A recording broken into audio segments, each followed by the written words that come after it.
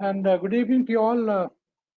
We have a very interesting session ahead, which is of critical interest and concern to the internal audit fraternity. Just because we have been witnessing a spate of corporate scandals in recent years, and it's increasing trend. More and more auditors are finding themselves in the docks for a variety of reasons. A very small share of such cases could be due to the auditor's complicity, and a few can be attributed to negligence, either covert or overt, and a large number to lack of or inadequate awareness of the legal risk involved in the profession. So it is in this context that the issue of liability and indemnification assumes importance, and that is the reason why we have scheduled this session today on a day that marks the conclusion of the Internal Audit Awareness Month. Our guest this evening is Advocate Manoj Wad, a renowned name in the legal circles with over 33 years of professional experience to his credit. After his BCom honors degree from the Sriram College of Commerce, Delhi in 1984, Advocate Manoj Wad completed the LLB from the Delhi University in 1987. In 1988, he received a scholarship from Cambridge University, UK, to pursue LLM, and in 1989, an opportunity to work with Clifford Chance, one of the largest law firms in the UK. After returning to India, Manoj worked in the office of well-known lawyers like Mr. Kapil Sibal and Mr.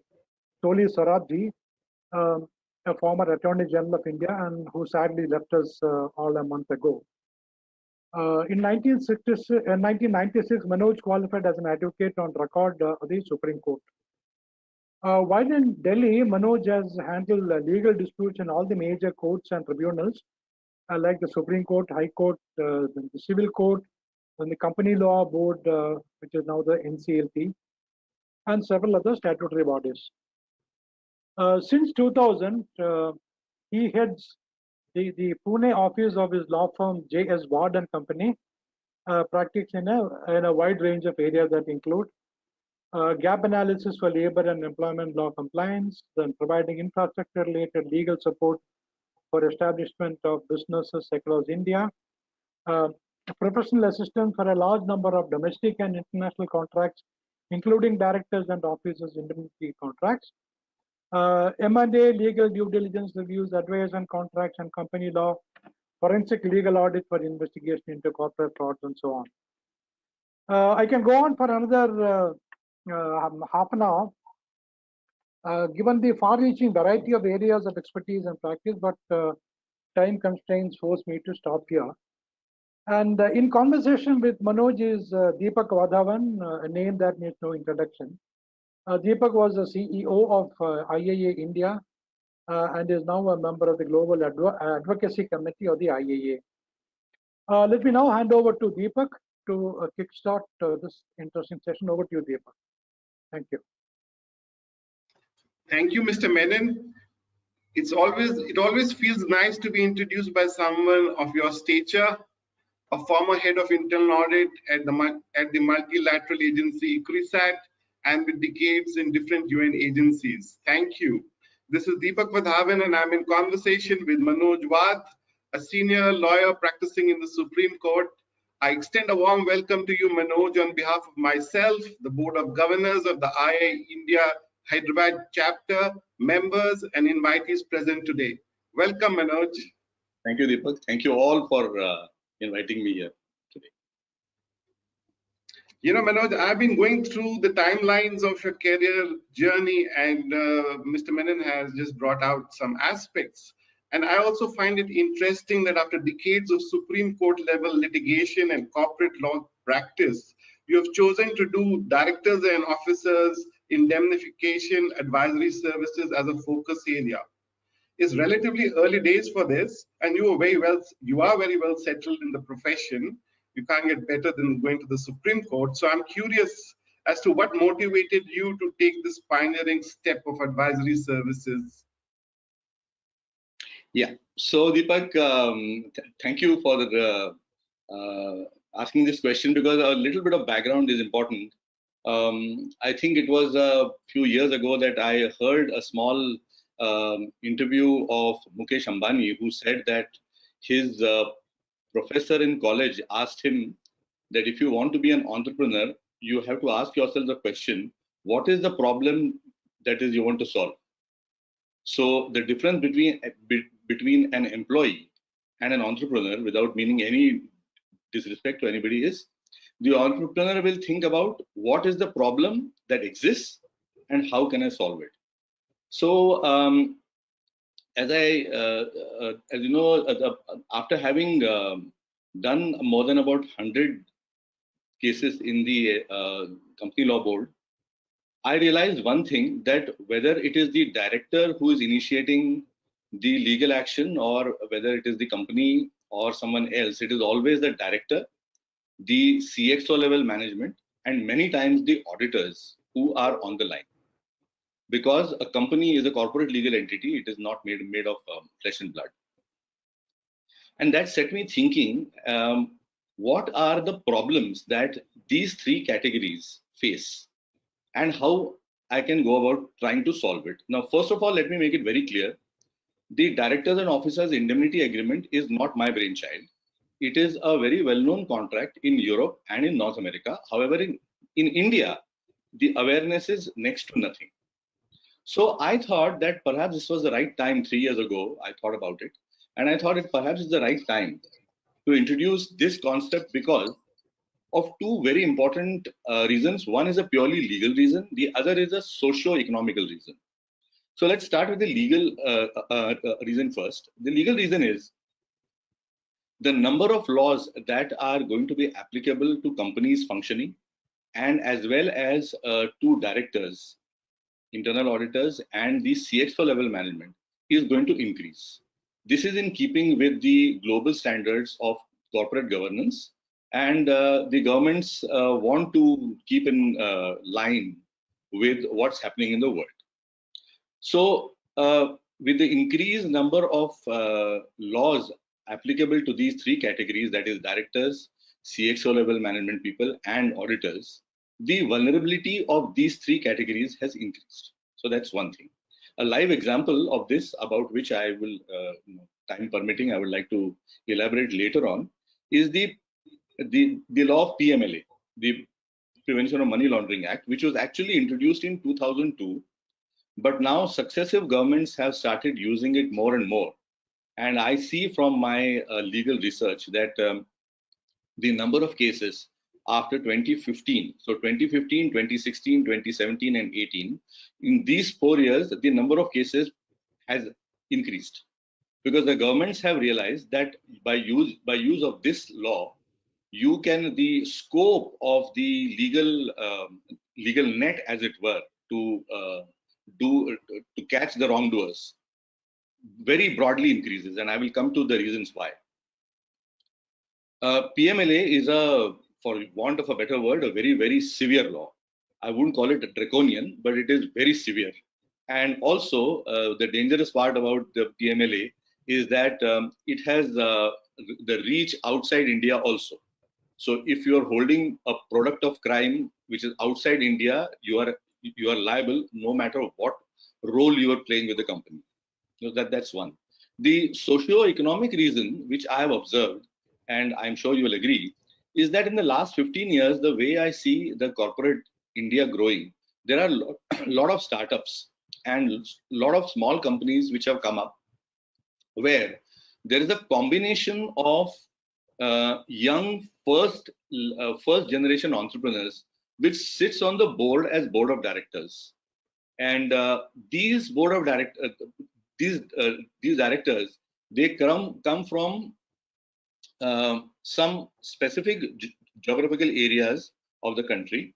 So you can say there is Punjab, there is Rajasthan, Gujarat, Maharashtra, and South India. So if you take most of the boards which I have dealt with have somebody from this one state or the other. Now, culturally, India is a very diverse country, and we all come from very varied educational, social, financial backgrounds. So what we carry to the board is also what we are. And I am assuming for this discussion that 100% of the directors are acting bona fide in the interest of the company. Nobody wants to do anything wrong. Similarly, the CXO level management and the internal auditors are all acting in the interest of the company and discharging their duty to the best of their ability. Having said that, what is in the benefit of the company, one, and whether it is falls foul of the law and which law is applicable, that sometimes we may not know. And because of that, there is an increased number of cases against companies, and when company is involved, the directors are involved. Most of the times, I would imagine, without the fault. That is my own experience with my own clients, as well as the research I have done about the case law. So that is the answer. But this got me interested in not pioneering really, but getting into an area where I thought that I should provide a very specific remedy to directors, CXO level management, and auditors for the compensation that for the injuries they suffer related to work.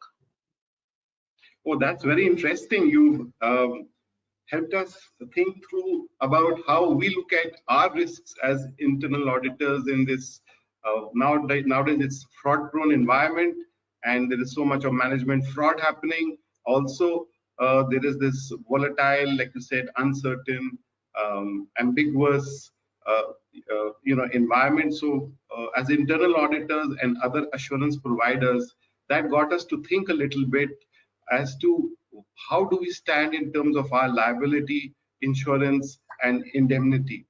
And we did a small survey, as a run-up to this interview. And I'm going to request Manoj to please give us the screen. We've got responses, not many responses. We've got 35 responses to specific questions, which we asked. 4 questions. So if I can just request Manoj to allow me to show my screen.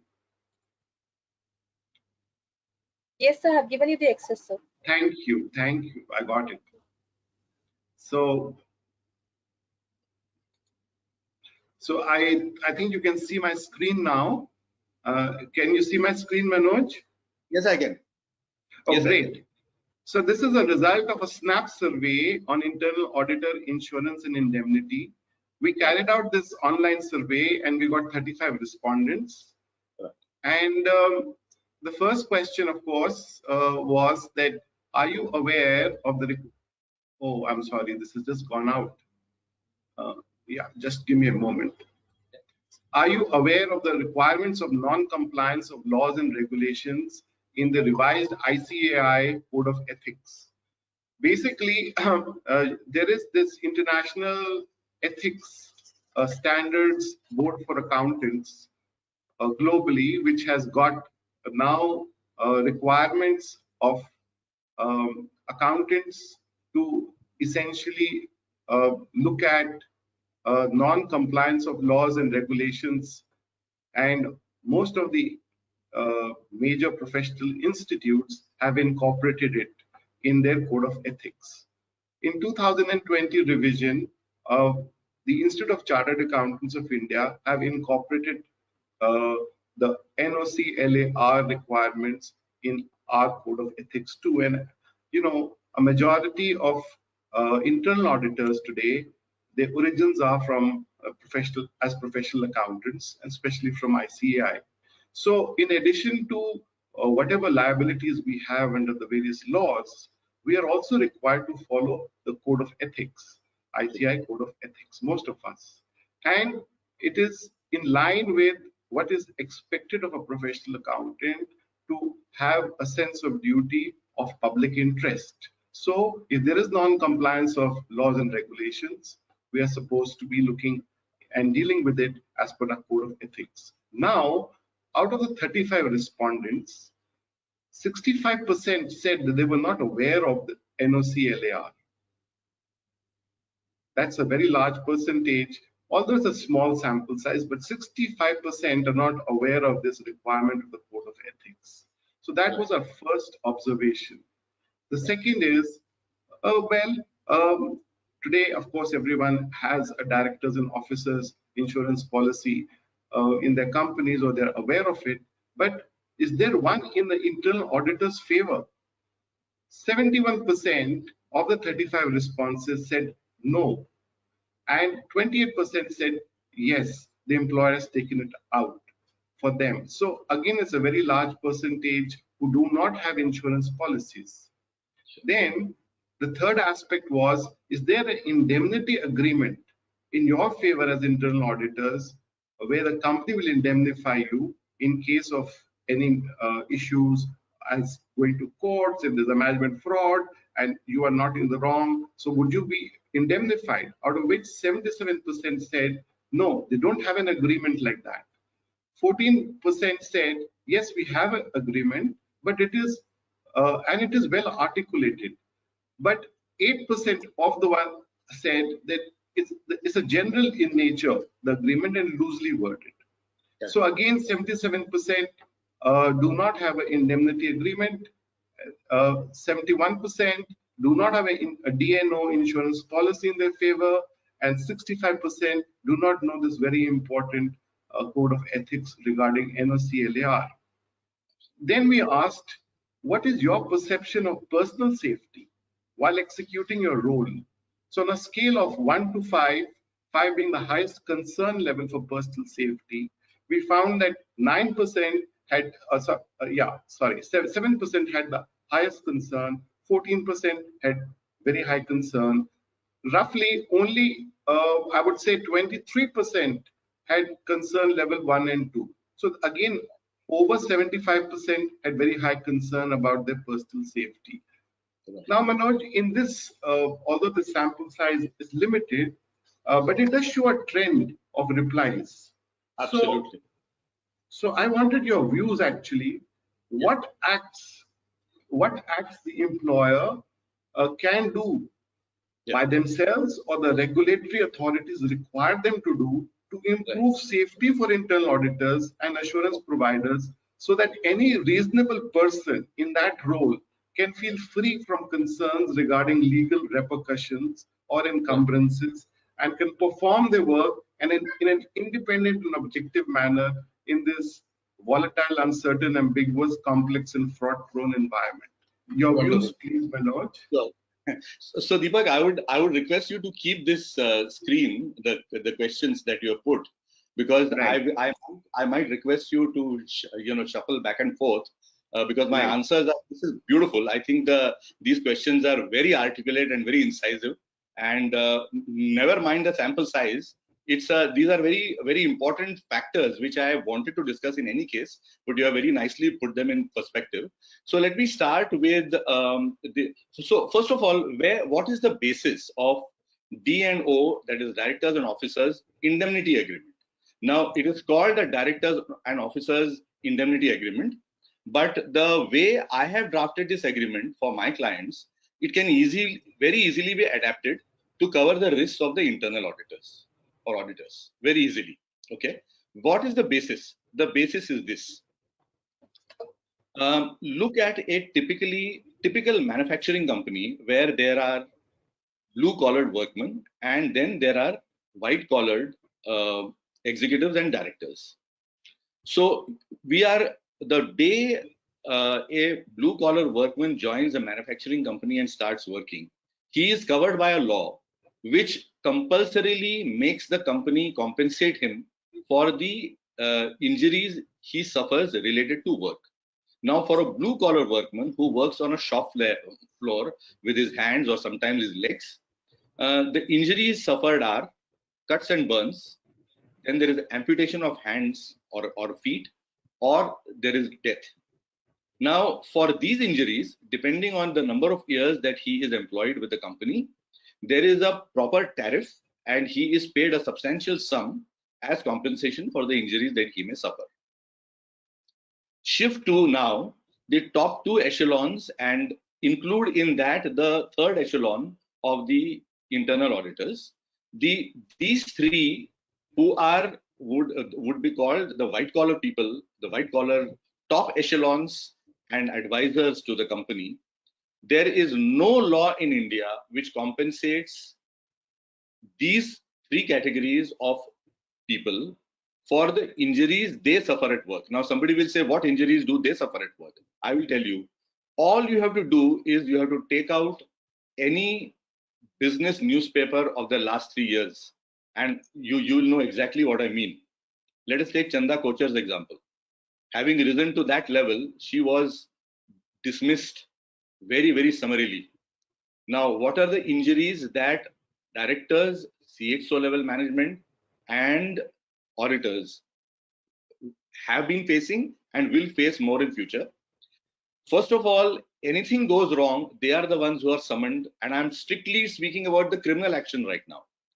Any criminal action that starts against a company, the first people who will be summoned to the court are the directors, the CXO level management, and the internal auditors, for obvious reasons. Now, imagine your name, the moment that happens, your name is flashed in the newspapers, it enters the internet, and the troublesome part about the internet is that the material goes in, it never comes out.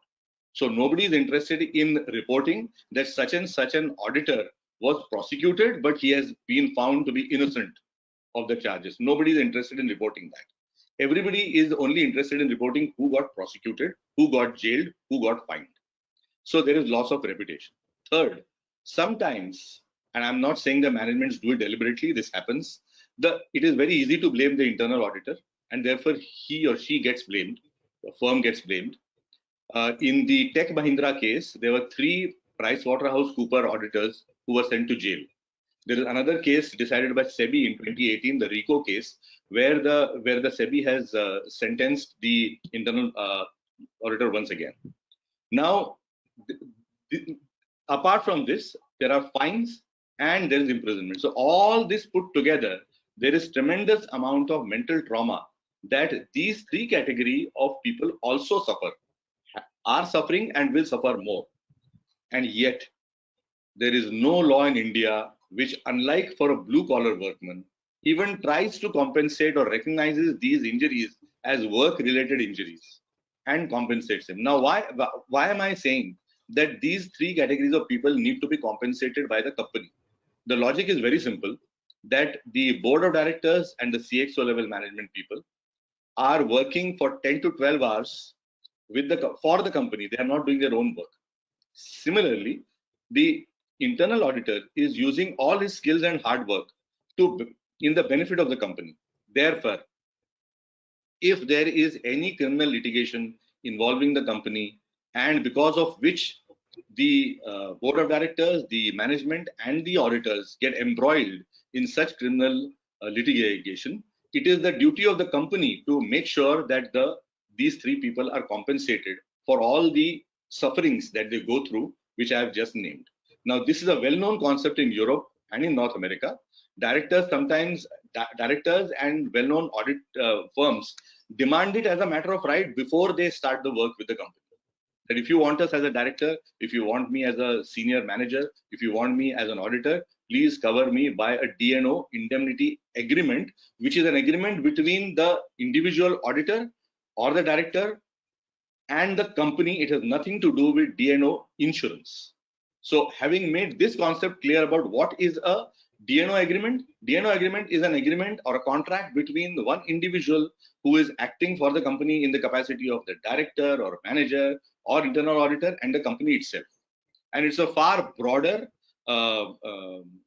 agreement which protects people not only when they are employed or when they are directors or when they are auditors, but also for a period thereafter, because your liability can continue even if your contract with the company gets ended. That is the basis for a D&O indemnity agreement. D&O insurers, unfortunately, and I'm not casting any aspersions on the insurance business as such, I'm just telling you the difference.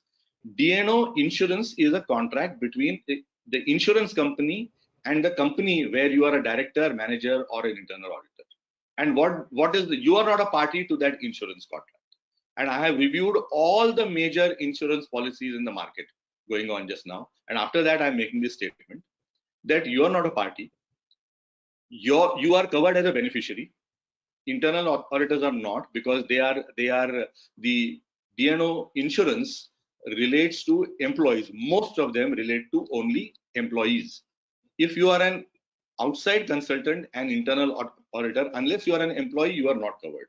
So an outside consultant will not be covered. That's 2. Number 3, the directors and officers, the DNO insurance has a lot of disclaimers where the insurance company is making it very clear that we will not cover the person concerned for the following reasons. Now, logically, no insurance company can survive unless the number of disclaimers is high. Okay, by definition, if the insurance company starts paying every claim, then it cannot do business. Now, what are the kind of disclaimers that the DNO insurance company has? 1, if there is mental trauma, you will have to go to a psychiatrist, which we recommend with our prior approval. If you don't do that, we will not pay the fees that you have paid. But there is no compensation for mental trauma as such.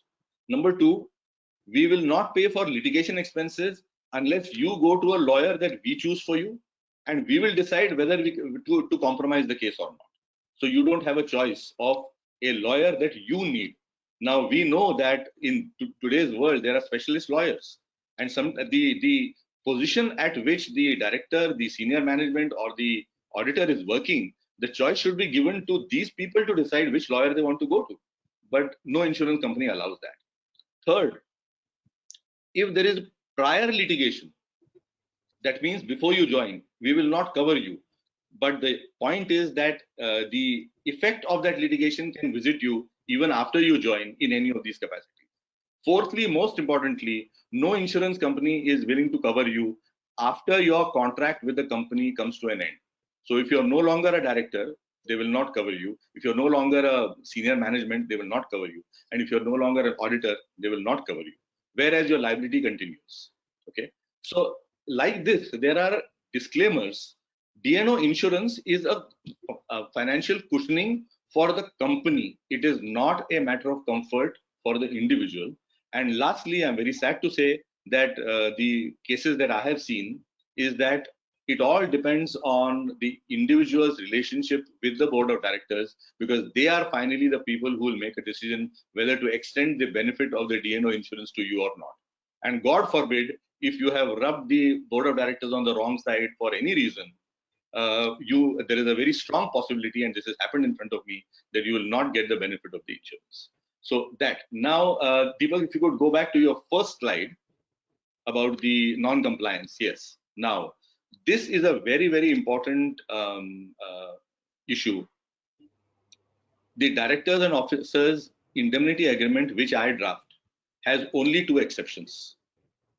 2 exceptions where the company can say that we will not compensate you, Mr. Auditor, we will not compensate you for the injuries that you have suffered. Namely, you have been called to court, you have hired a lawyer, there is loss of reputation, you have lost the license to practice, you have been fined, or you have been jailed, but we will not cover you. Why? Because you did not comply with the non-compliance of laws, regulations clause.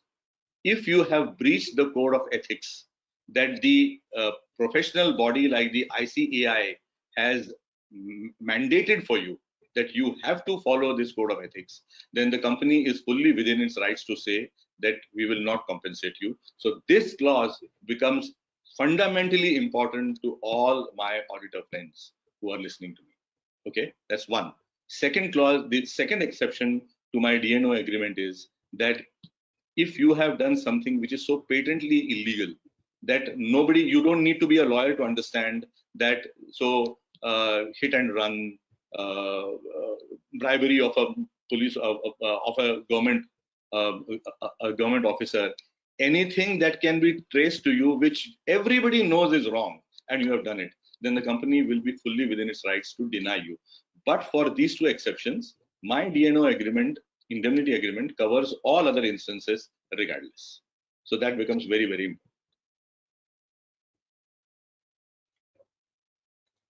So thank you for clarifying, Manoj, the differences between DNO insurance and internal auditor indemnity agreement.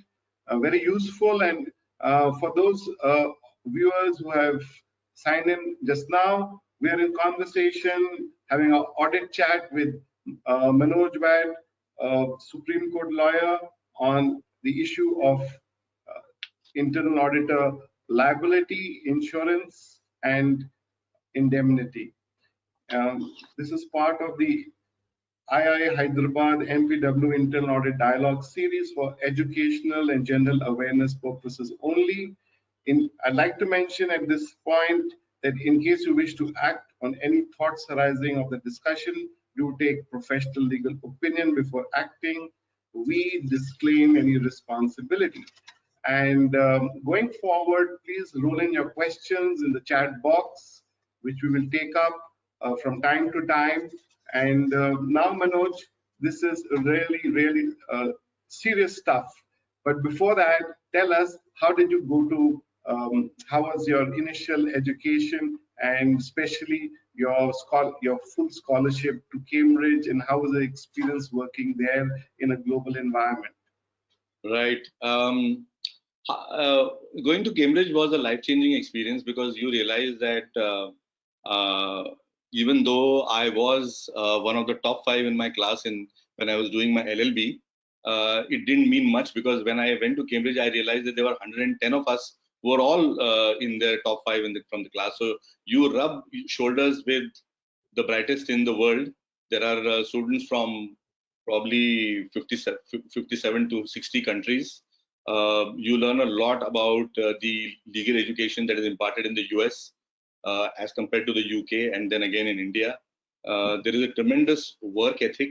My 6 months with Clifford Chance were fantastic, because I came to know the importance of why large companies in Europe and America have been, I think, for the last probably 100 years, they have been consulting lawyers before they sign contracts.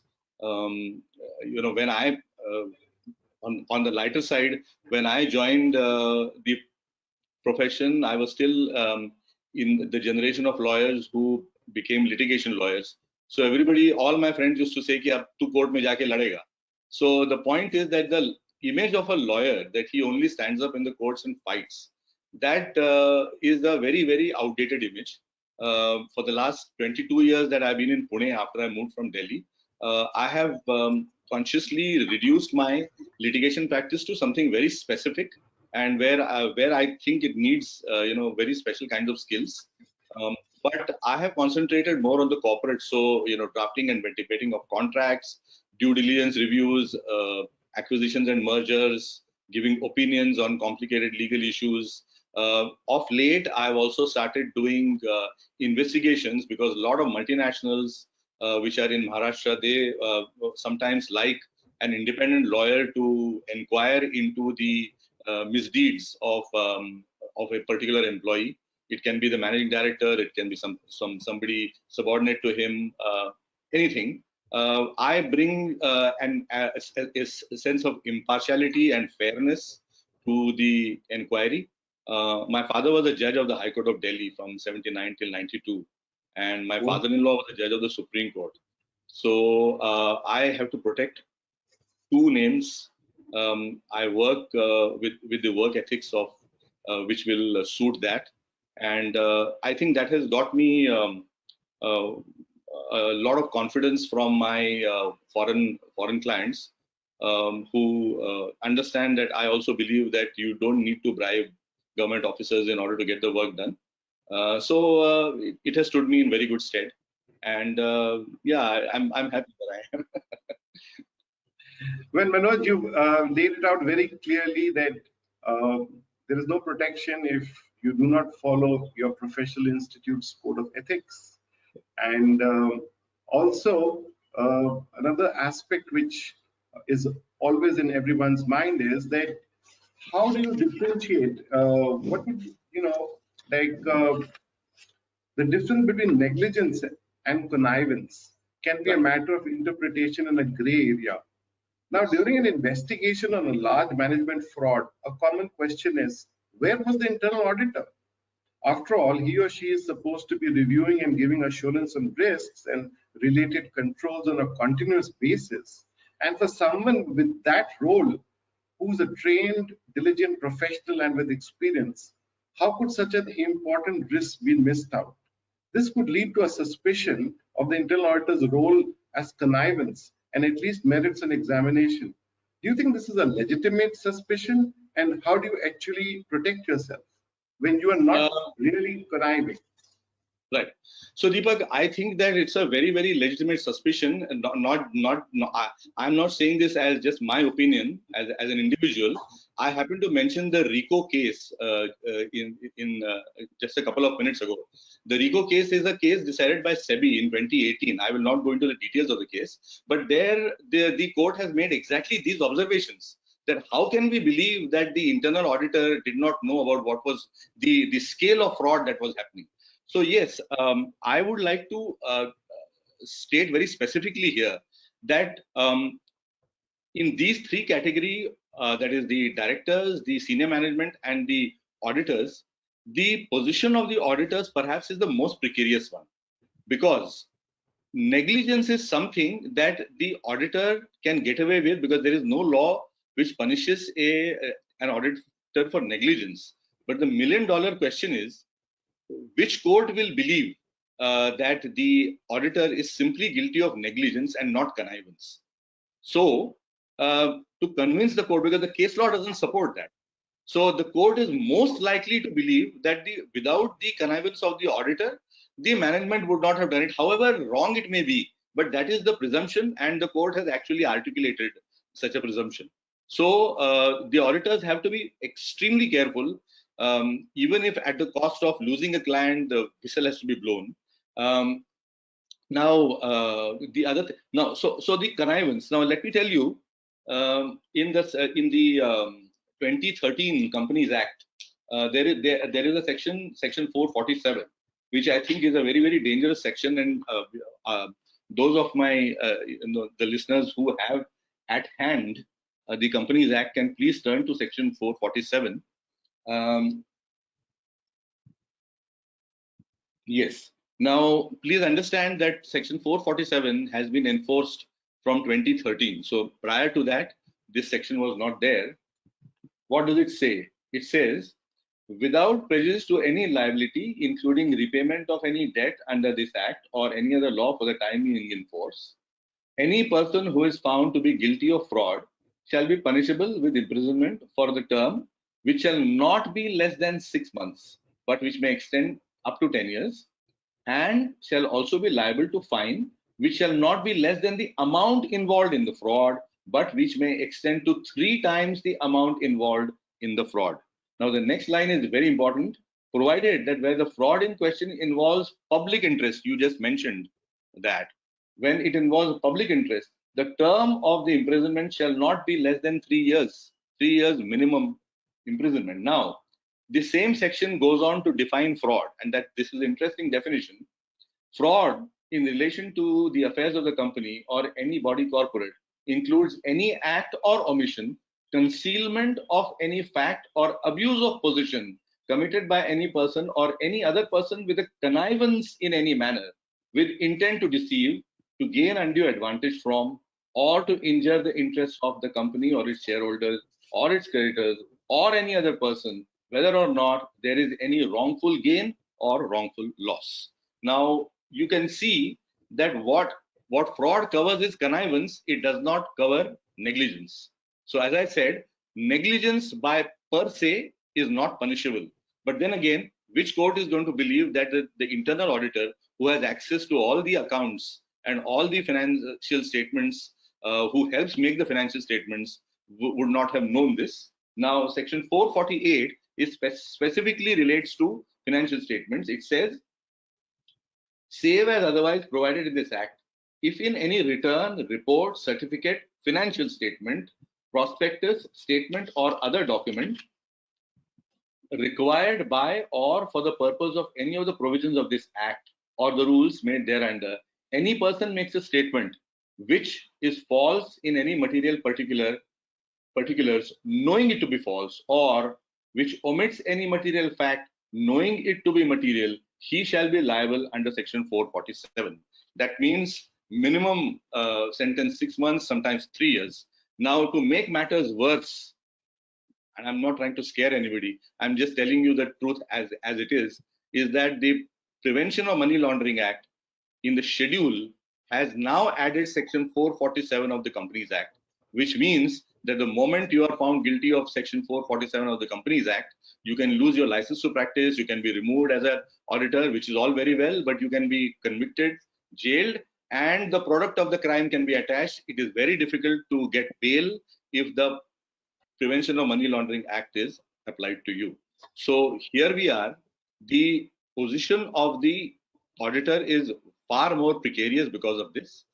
There are other sections of the IPC also which are applicable, the Indian Penal Code, which are applicable. But that apart, the problem is, number one, the directors and officers insurance does not cover internal auditors, and because you are an outsider to the company, as in you're not an employee, the tendency of the management, I'm not saying every management would do that, tendency of the management is to first protect itself, then take care of you. So that is an added danger to all the auditors. Deepak, shall I, sorry for interrupting, I'm afraid we are running short of time. So can we now take some questions if there are any?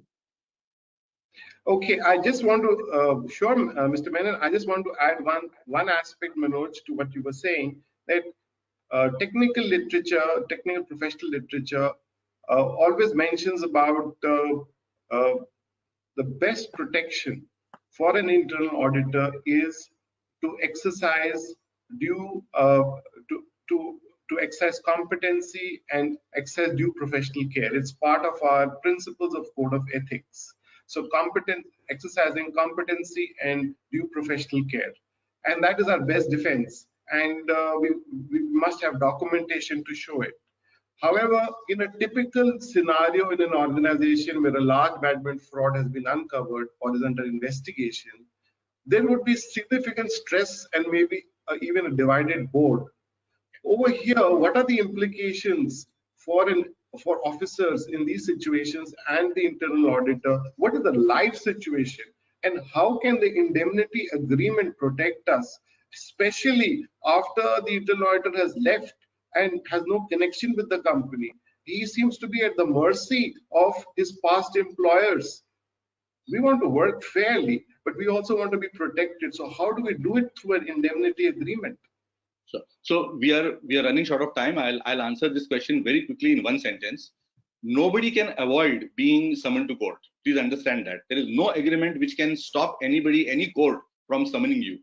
Okay. So however careful you may have been and however ethical you may have been, if the management or the company is called to court in a criminal court, the internal auditor will be called. Now, your best defense, as you rightly said, is your good conduct. But apart from that, the trauma that you will suffer in litigating or defending yourself and the expenses that you will incur, all that needs to be compensated. And the only way that can be done is contractually by a DNO indemnity agreement, which can be tweaked. And I've done that for several internal auditors. That will have to be tweaked, considering their seniority, the nature of business that the company is doing, whether there are any cross-border transactions, number of employees, number of states in which the company to which you are the internal auditor, it has operations. There are several factors. It is not a template that can be used randomly everywhere. I understand the profile of the internal auditor and the profile of the company, and then I tweak the contract to suit that particular individual. Yeah. Well, thank you with that, Manoj, for taking out time from your busy schedule and for emphasizing the importance of a strong, well-worded, and a practical indemnity agreement. And thank you, IIA Hyderabad, for this interview. We look forward to more sessions. Thank you. Thank you so much for having me. It was a pleasure talking to you all. Thank you so much. Yeah, so shall we take some questions? Sunil, can you please pass on some questions? Sure, definitely. Deepak and Manoj, thank you so much. Very insightful session. There are some questions coming in. Manoj, if I can direct them to you, please. Sure. Yeah. So the first of the questions is, correct our understanding if it is wrong, but ICAI Code of Ethics are more oriented towards practicing statutory auditors or external auditors rather than internal auditors. This is more of a clarificatory question, Manoj, if you can answer that from one of our participants. I can answer that. I I think can Deepak- answer that, Manoj. Allow me. Well, there has been a revision. Please go through it, and it is that this particular section which I talked about in NOC-LAR, I think, if I'm not mistaken, 260 is applicable for chartered accountants who are in service, and I think 360, section 360 is applicable for chartered accountants who are in practice. But you can check this up, and NOC-LAR is applicable today as per ICAI for public listed companies. You've got to comply the provisions of NOC-LAR for public listed companies. I would just like to add here, Sunil, just one comment here very quickly, that even if you are acting as an independent director, as an expert, sitting on a publicly listed company, you are as vulnerable as an executive or a non-executive director. Perfect. Thank you so much, Manoj and Deepak. Very quickly, the next question. Now, there's an intent as a word referred to in section 447, Manoj, of the Companies Act. How do you decide on the word intent? As I said, I can go on with the case law where how the courts have termed it. You see, intent is what we call it's called mens rea, the guilty intention. The guilty intention is deciphered from the facts of the case. In most of the cases I have seen the courts, there is a presumption which is against the internal auditor. Where there is a corporate fraud, the presumption is that how could you not have known? So the intent is there. So the intent can be passive or active. Passive is you knew that something wrong was happening, but you intentionally, with an intent, guilty intent, let it happen because you were promised some benefit. The other is the more dangerous. You actively participated in forging, manipulating the accounts, the electronic signature, whatever else, the electronic record, and you actively participated in the fraud. So intent can be passive or it can be active, and it is derived from the facts of the case. But the presumption mostly is against the internal auditor. That is why I made a statement that the position of the internal auditor is more precarious than the board or the management. Brilliantly articulated, Manoj. Thank you so much. And thank you to all the participants and Manoj, Deepak, a wonderful session. On behalf of Vizag Audit Club and Hyderabad Chapter, a special thank you to both of you. Thank you so much. It's a pleasure to have all of you. Thank you so much. And there was still a technical issue continuing with our second speaker, Vijay. With that said, in the interest of time and to be respectful of all the participants and their time, we would defer that technical IT session to some other date. With that said, I will hand it over now to Tinku. And Tinku, over to you, please. Thank you.